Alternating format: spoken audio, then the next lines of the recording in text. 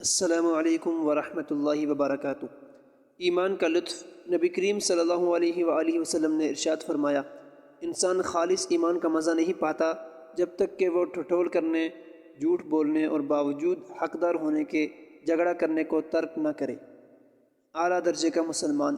نبی کریم صلی اللہ علیہ وآلہ وسلم نے ارشاد فرمایا، مسلمانوں میں اعلیٰ درجہ کا وہ ہے جو آسانی کے ساتھ بیچتا اور آسانی کے ساتھ خریدتا اور ہر معاملہ کو آسانی کے ساتھ چکا دیتا ہے۔ ہمسائے کا خیال۔ نبی کریم صلی اللہ علیہ وآلہ وسلم نے ارشاد فرمایا، یہ بات قیامت تک نہیں ہو سکی کہ کوئی آدمی مسلمان ہو اور اس کا ہمسایہ اس سے تکلیف پاتا ہو۔ سب سے عمدہ نیکی۔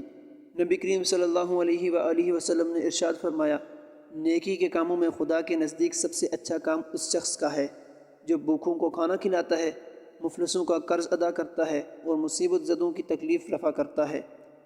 مسلمان کو ملنے جانا۔ نبی کریم صلی اللہ علیہ وآلہ وسلم نے ارشاد فرمایا، ایک مسلمان جو دوسرے مسلمان کے پاس ملنے کے لیے جاتا ہے اس کو بنسبت اس دوسرے مسلمان کے زیادہ ثواب دیا جائے گا۔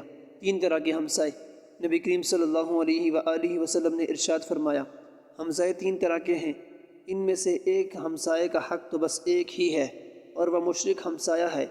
ایک ہمسائے کے 2 حق ہیں اور وہ مسلمان ہمسایہ ہے۔ ایک حق اس کے ہمسایہ ہونے کا ہے اور دوسرا حق مسلمان ہونے کا۔ ایک ہمسائے کے 3 حق ہیں اور وہ مسلمان رشتہ دار ہمسایہ ہے۔ ایک حق اس کے ہمسایہ ہونے کا ہے، دوسرا حق رشتہ دار ہونے کا ہے اور تیسرا حق مسلمان ہونے کا۔ ہمسائے کے حقوق۔